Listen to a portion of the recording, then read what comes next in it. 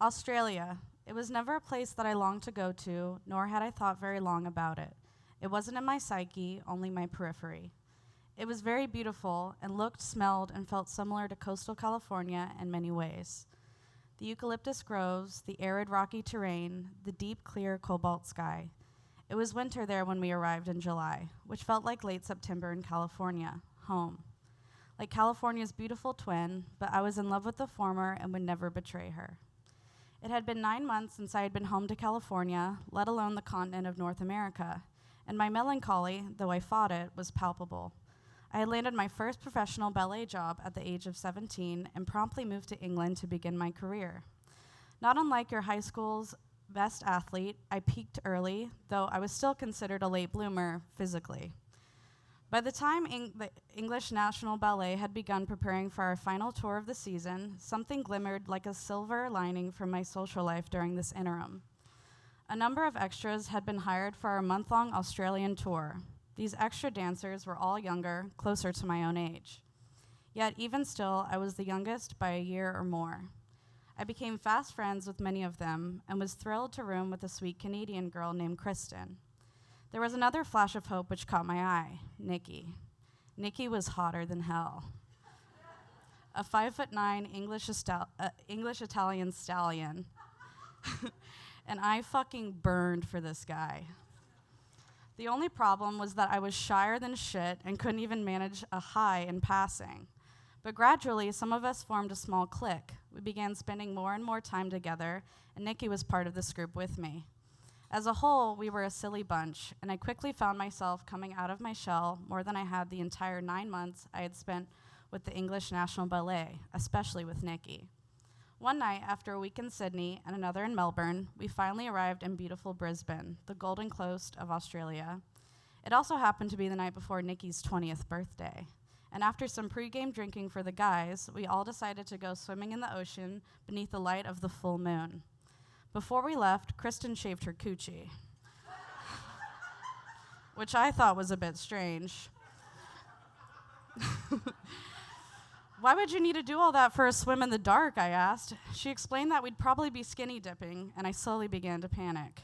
Just keep your underwear on, she yelled from the bathroom.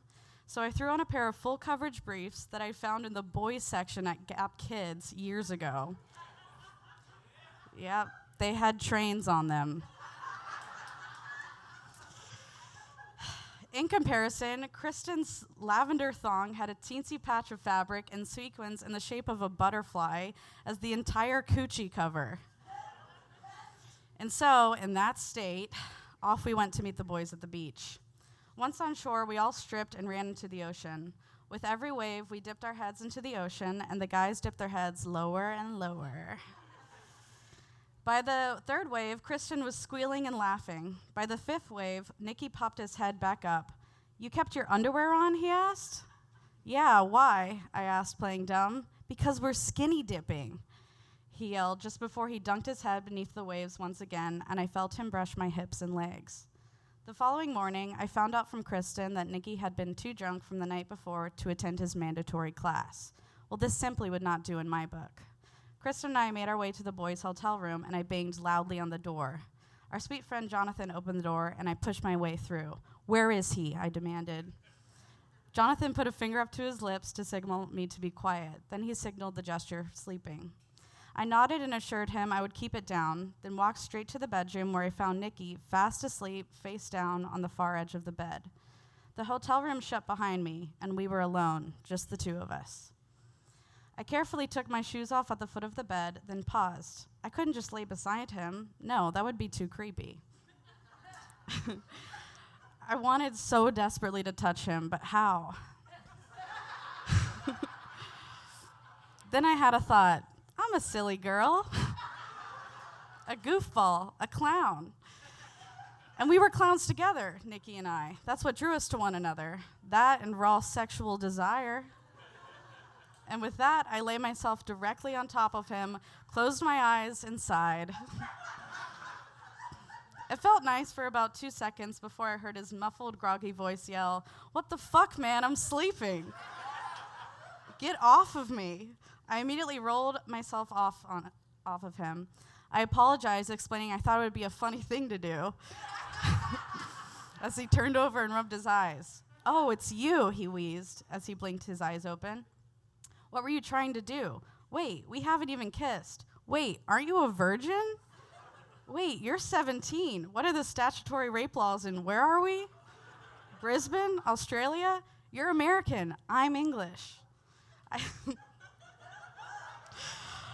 I sat at the edge of the bed, simply mortified, as he spewed this torrent of thoughts. This was not what I intended at all. I told him, of course I wasn't trying to rape him. And that I took my shoes off because I didn't want to get the bed dirty, as though taking off one's shoes had anything to do with the act of rape. No, he sighed. "I would be raping you," he tried to explain through a hangover haze. I helplessly asked him if that's what he's into. "No," he barked. Then he tried to explain statutory rape to me as he looked for his pants. I could feel the tears welling in my eyes. "Where are you going?" I could hear Nikki yell from the bedroom, but I was already out of there.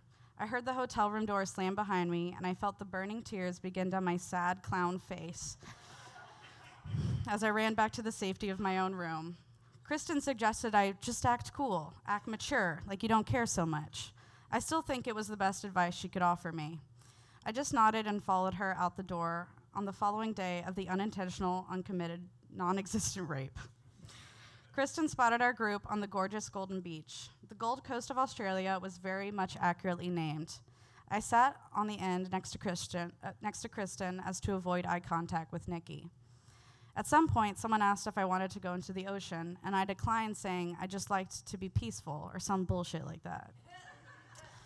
That's when we all caught sight of her, Louisa, coming out of the water in a white bikini with her goggles and snorkel still on her face, like that James Bond ultra pussy character.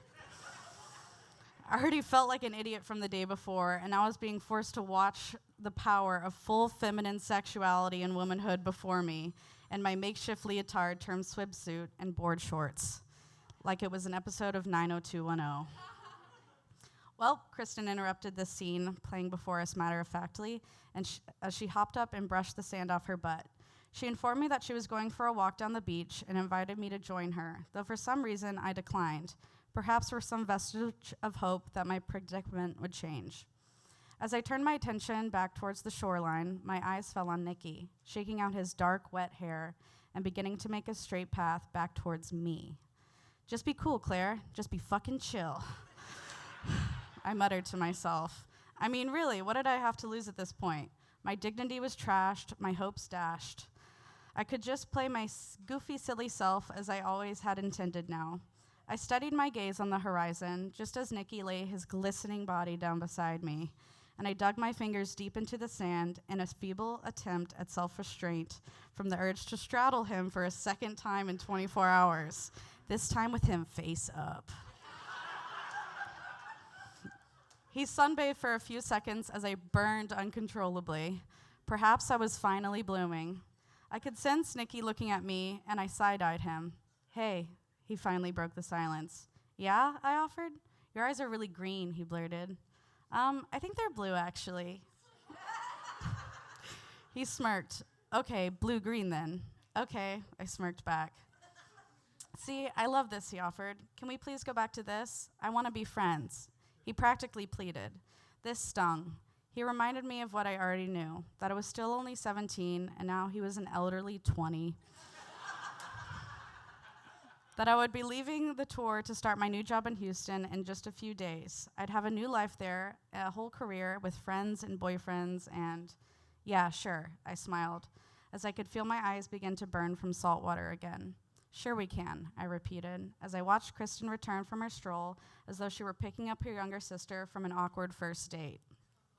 And this time, I hopped up to walk back to the hotel with her, leaving Nicky to enjoy his glorious afternoon at the beach. Our group playing in the ocean now in the distance. They would fade from my mind with time, I told myself. During the interim that followed before I flew home, I attempted to be a good little bunhead, going to class each morning, doing my crutches and planks on the floor of our hotel room, eating cans of tuna for strength. Not in the hotel room, though. My God, could you imagine the smell? And my dear adopted older sister, Kristen, found ways to distract me by simply reminding me of the incredible place we were so privileged to be visiting. We went to a casino where the girls squirreled me inside, while our girl Paula, a real bad bitch, chatted up the security guard and bouncer. We all went to the Australian equivalent of a Six Flags theme park, got diabolically jacked on sugar in all forms or wasted on beer, then rode all the wildest roller coasters. We laughed until we ached, and privately, I hope Nikki was aching even remotely as much as I was. Over the years, I bloomed, then died so many times. I fell in love and then into hate or into apathy. I learned to live without my friends and family and my beloved California. I found new beloveds, slivers of hope amidst the hopeless in the interim. Thank you.